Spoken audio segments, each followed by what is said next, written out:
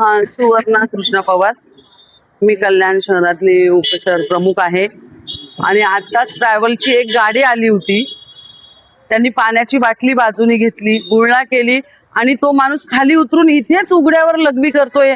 बरं, हा फुटपाथ आहे, सोसायटी आहे, इथे सर्वच दुकानं आहेत, लोक येतात जातात, महत्वाचा रस्ता. आणि कालच आम्ही आंदोलन केलंय. म्हणजे महिलांना काय सुरक्षा आहे? भर दिवसा 11 वाजता आणि भर रस्त्यावर तो लघवी करतोय उघड्यावर. बायकांनी करायचं काय? आणि काय करतोय सरकार मग?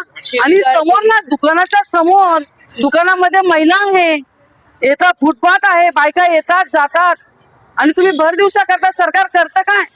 हा, जर भर दिवसा असं आम्हाला सुरक्षितता नाही तर तुम्ही रात्रीची वेळ असते, हा, बायकांना काय सुरक्षित आहे? हा, 2-2, 4-4 वर्षाच्या मुलींवर पण असं चाललंय. म्हणजे त्या बायकांना पण बघत नाहीये. आमच्यावर अन्याय होत आहे 11 वाजता रोडवर, आणि रहदारीचा रोड आहे.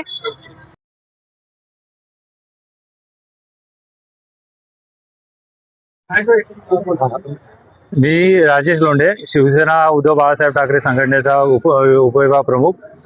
आता जसं यांनी सांगितल्याप्रमाणे आज सकाळी दिवसा ढवळ्या सकाळी 11 वाजता इथे एका ट्रॅव्हल्सची गाडीने ड्रायव्हर त्यांनी रस्त्यावर उभं राहून लघुशंका करतो महिलांसमोर.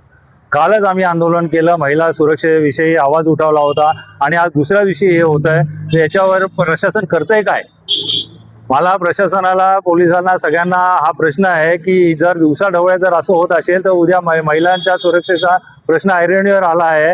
हे काय सरकार झोपलंय काय? तक्रार हो, आम्ही संबंधित अधिकाऱ्यांकडे तक्रारला पाठवलेलं आहे, व्हॉट्सअपवर पाठवलेलं आहे. लेखी तक्रारीसाठी अजून गेलेलो नाही, पण आता लवकरच जाऊ आम्ही.